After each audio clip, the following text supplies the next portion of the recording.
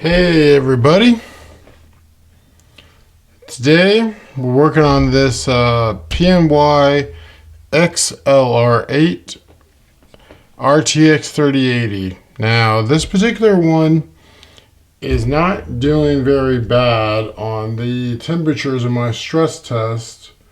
At 75%, the GPU hit 77 Celsius, RAM 92, so pretty darn well.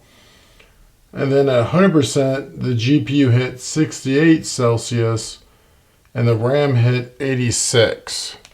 But I know that my buddy has another one of these that have had issues, and let's see if we can just get this even better on the temperatures with replacing the thermal pads and thermal paste by Thermal Grizzly.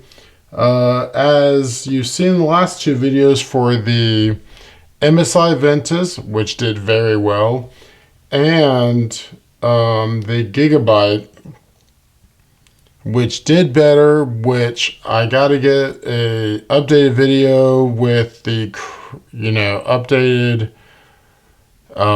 sizes with 3mm on the front and back. This right here should need 3mm on the back plate and 2mm on the front with the Cryonaut thermal paste. It should do even better.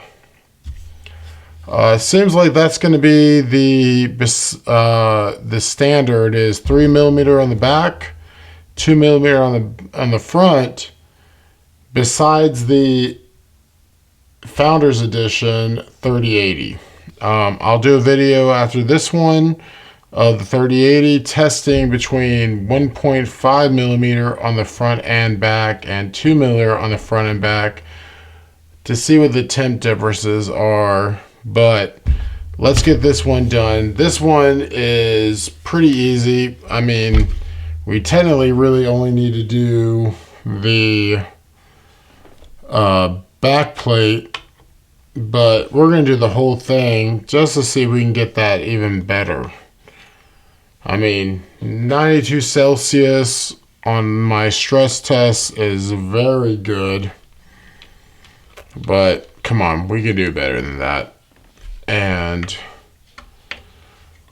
usually we've seen some horrible temperatures in the last two videos over we're thermal throttling or close to it with the 110 Celsius range. And using the iFixit tool, this is using a 0 Phillips head to remove these, and this is all you're going to need. You're not going to need different size Phillip heads for the back plate than the input output, which is the HDMI display ports. This one's real nice and easy to get done. Now, just to let you know, you'll see these if you see my finger right here. It shows a little X mark, and same right here. I'm going to punch through that piece of paper real fast. Kind of like, oh, it's going to void your warranty. Well, there's a legal thing about that, and in America, I can't speak for other countries, that is null and void. They can't stop you from upgrading or replacing the thermal pads legally and void the warranty. Now, as you can see right here, it has some thermal pads, but these right here are a harder style. And I've seen in forums that the harder thermal pads do not as well. So with Thermal Grizzly being softer, we should do pretty well. And let's get these broken out. We'll have to remove these 4 from the processor in order to get the job done, pretty much. To get that front plate off. Ugh. Having a hard time. It's late. I'm a little tired, so I do apologize. And I appreciate all the positive feedback on my videos. You know, I'm just trying to help out everybody. And for the people that are disliking my video, well, you can be negative you want. There's enough negativity in the world. I could care less. You're not hurting my feelings. But right now I'm just taking these input-output shield, as I call it, or HDMI display port shields.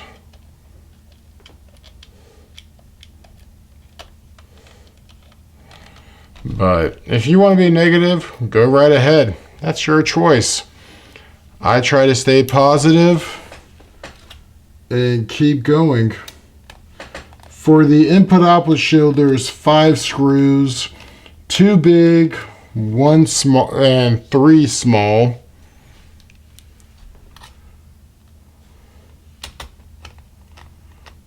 We just got to remove that just to make sure we have it out of our way.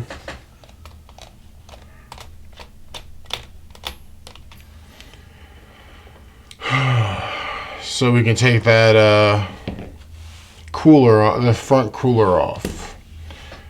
And let's, nice and easy, just like anything, you know, it's all on you in the end.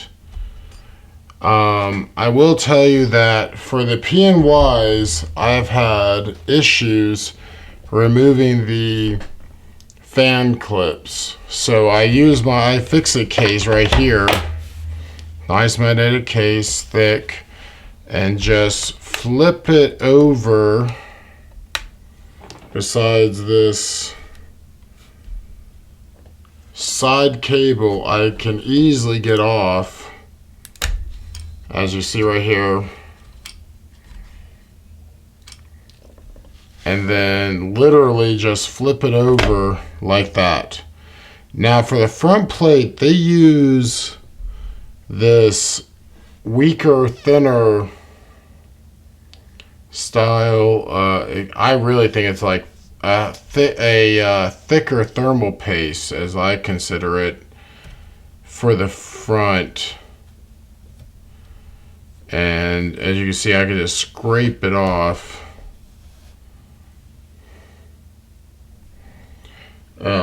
Very weak stuff. So if you're going to take the front plate off, you got to replace these thermal pads on the RAM because it rips off very easily.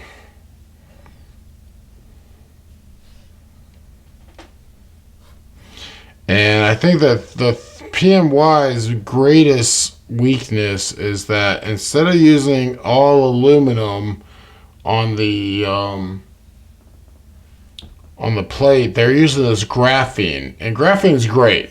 Okay, it's stronger than plastic, it dissipates better than plastic, but it's still not as good as metal for the GPUs. It's a cheaper way to do this,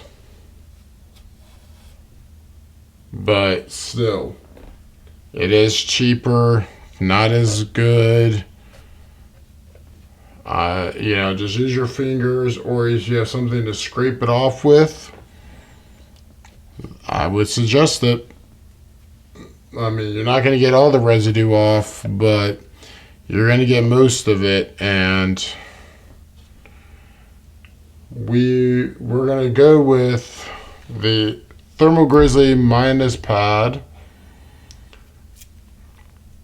2mm for the front, and then I'm going to use the cryo nut on the processor right here, the GPU. it looks like they didn't put too much on here, which is great. You know, you want to do as least amount as possible. But it just doesn't do, you know, nothing does as good of a job as good quality thermal paste. And for some reason, I can't find my scissors. And I'll be back in 2 seconds. I gotta walk away for a second to find my scissors. And there they are.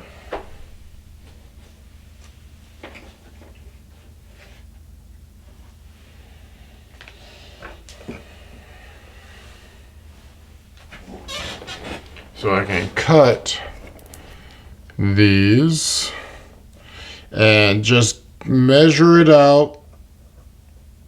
I know some of you have asked for the measurements. Sorry, I'm not doing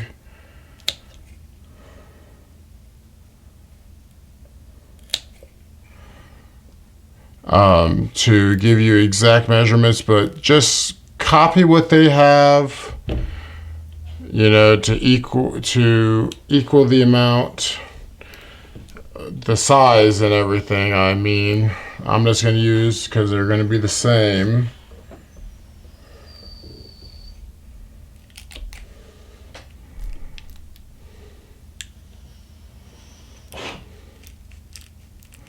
And try to make it straight as possible, but with the Thermal Grizzlies, it's going to spread, so if you're just a little bit off, it's not going to make too big of a deal.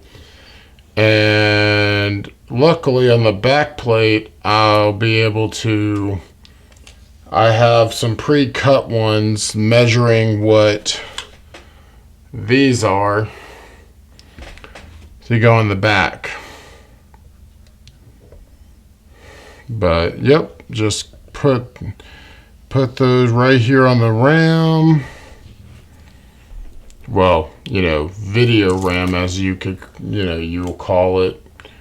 You know, it is different from RAM on your PC, but this will be nice and quick and easy for you. But remember, take your time.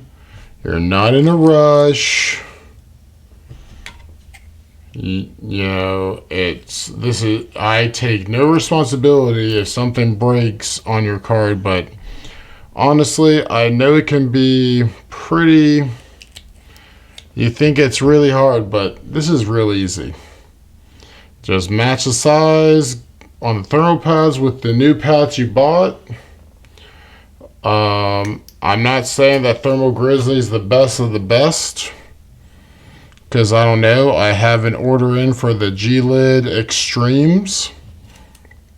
I want to see if they're going to make a difference, and those are going to probably be used on some gigabyte GPUs for the RTX 3080, just to compare.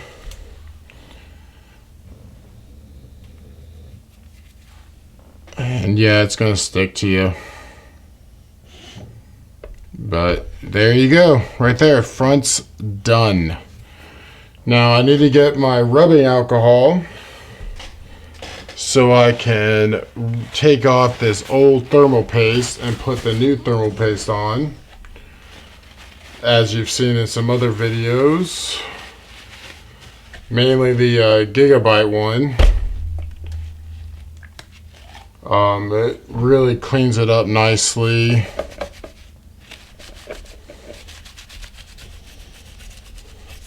I mean, I've been using I've used nail polish remover and rubbing alcohol for years to do the CPUs and the GPUs. Just make sure you clean up all the old stuff, and there you go. And I'm using the Thermal Grizzly Cryonaut. I got the big bottle though. You know, you can get this pretty cheaply. I mean, you'll be spending about 20 bucks for, you know, on Amazon for the decent sized stuff. But I'm doing a lot of GPUs, CPUs, you know, with this channel. I got the big stuff, but with a GPU, you got to make sure that you fully spread the thermal paste on here, because it's an open die. It doesn't have a heat sink.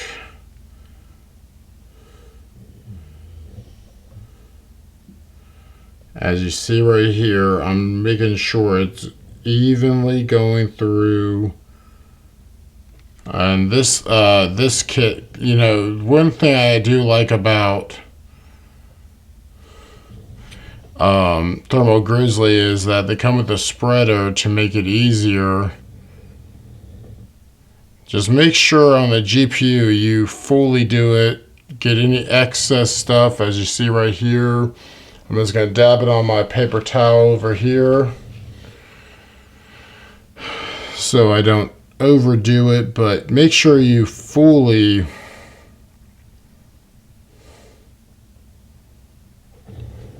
apply on a GPU, just if it's open die, because if it has this doesn't have heatsink, this is direct die. That's a big difference. On a CPU, yeah, it's not as big of a deal, but all I gotta do is make sure I flip this back over, and now I can move my case away that I was using as a brace, and I'm going to turn this nice and easy and make sure I plug in the one cable I had to remove.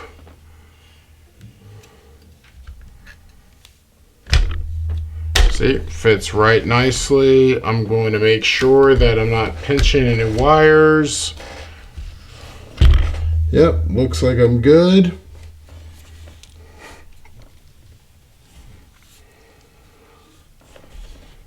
All right, that's the 2mm on it.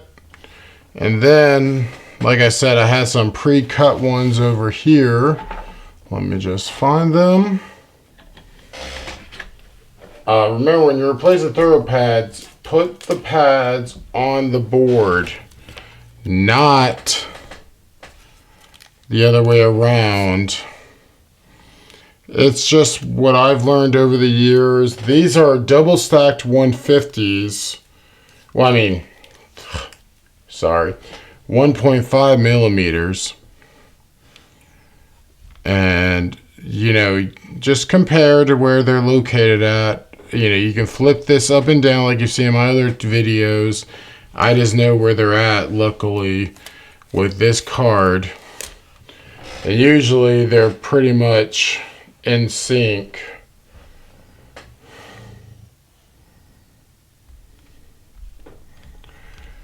All right. But take your time. You know, it's your card, your rules, okay? I'm not going to state that. I'm going to continue stating this, that you're in charge, because your card, you know, is your property. All right. This is my buddy's GPU, and I'm going to do the best I can. And you see how I'm just feathering it in there to make sure that the pads stick in. And then I'll put the plate on top of it. Don't put these on the plate and then just assume like, oh, they're in the right place. That's why you put it on the circuit board or PCB, however you want to call it.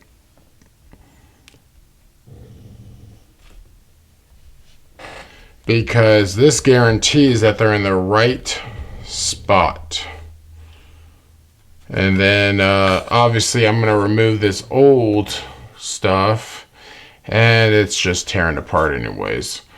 These don't look like oil-based, but the oil-based ones, you know, if you saw the MSI Ventus video, they those were oil-based, and the Gigabyte used oil-based ones also. and they just, once they get too hot, they'll leak oil on your card, and I really think that will start instability issues. And right here you see it's nice and clean. Just line up the holes. Well, you see right there, you make sure that you can line up these holes properly, but with this card, we got to put the spring bracket, I call this a spring bracket, okay? Tensioner bracket, however you want to call it, back on, because without that, you will, this is what connects the front cooler and the rear and the PCB back together, okay? And I'm just going to do a cross pattern, just like replacing a tire. You want to get that even tension there, and you're going to have to put some pressure on these guys to grab. Once you feel it grab, just go to the next screw.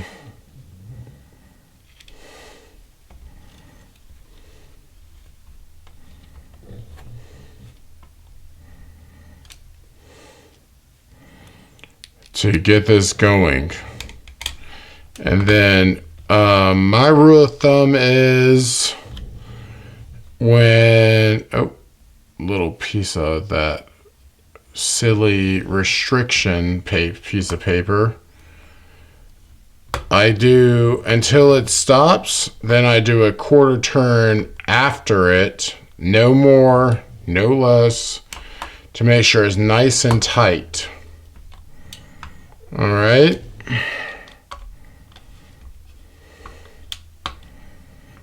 Just do your best you can at even distribution on these screws.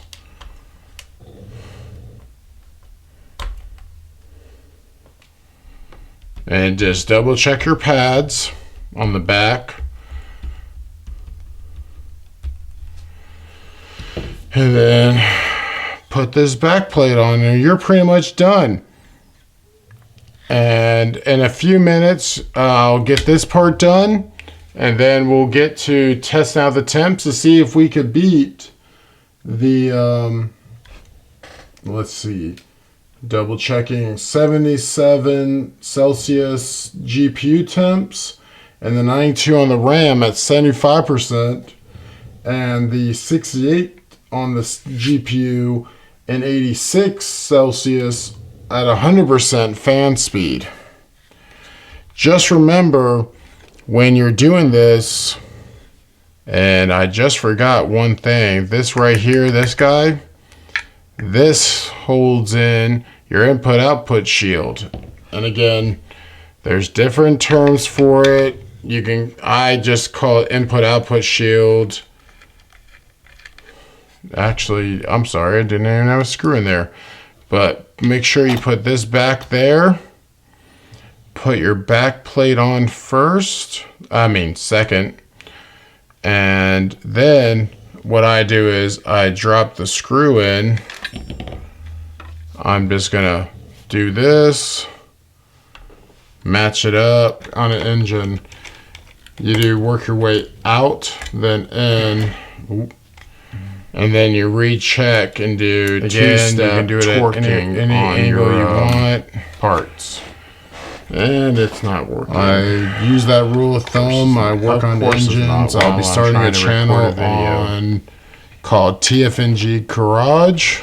Just match it up to show people that kind of setup. Do your best you can. Procedure. My buddy will be helping me, thank goodness, because he's really good at that stuff.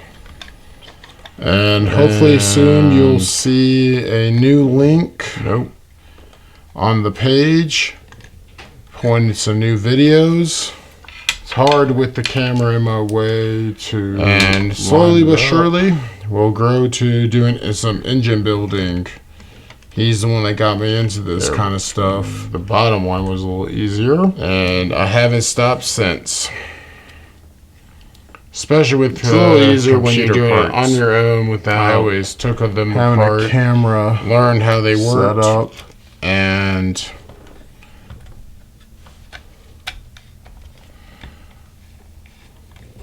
there, just to figure out how everything was put together. On this real quick to make sure the screw is holding it in. And that's where, and like I said, don't over tighten. Just do when you feel tension, do a quarter turn. I always wanted to push my graphics cards to the limit. And then after you're done screwing everything in, I'm on just the last screw right now, but I'm still going to go tighter. It's hard to do a cross pattern this way, so I start at the end, one end to the other, and then work my way in, like working on an engine. If you ever done that, you understand. I'm still going to go and check each screw. Putting, a new cylinder. You got to have the right pressure, or that thermal paste is not going to do anything for you. Okay. That needed an extra little turn right here. That one's good. This one needed a little more. And voila. So in a minute, I'll have we'll switch to what hardware info and such during the stress test at the final stage. Alrighty. At 75%, then 100%, and let's see what we can do. You saw this stacking. Let's get to it. It'll be just a moment. Millimeters, see you then. Those together, and then I would suggest 1 millimeter to 1.5, depending on how much the pads you're using compress. And then make sure you do a good even thermal paste when you replace it and such. Obviously, so you make sure there's good seal. Just use some good quality stuff. We use the minus pad 8 as usual, and Cryonaut from Thermal Grizzly for these, and this is at 75%, where the PNY originally got hit 77 Celsius on the GPU, and the RAM went from 92 to 80. It's 80, 82, roughly around that. It'll go up and down. As you can see, just standard settings. It's boosting more, which is raising the temperature even more, as we know that happens. But, yeah, it looks pretty good. It might climb a it's about, the 15-minute stretch test is about to finish, but, in a moment, you'll see the results after with the 100% fan, which I don't think it's going to do much more, but we'll see. See you in a sec.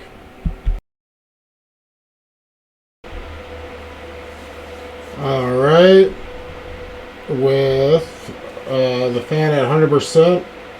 We're seeing a higher boost clock. It's hit 20 a couple of times. It goes back and forth, sadly, but let's see if it'll hit it. 100% fan is a little loud, as you can tell, probably. But yeah, it's boosting over.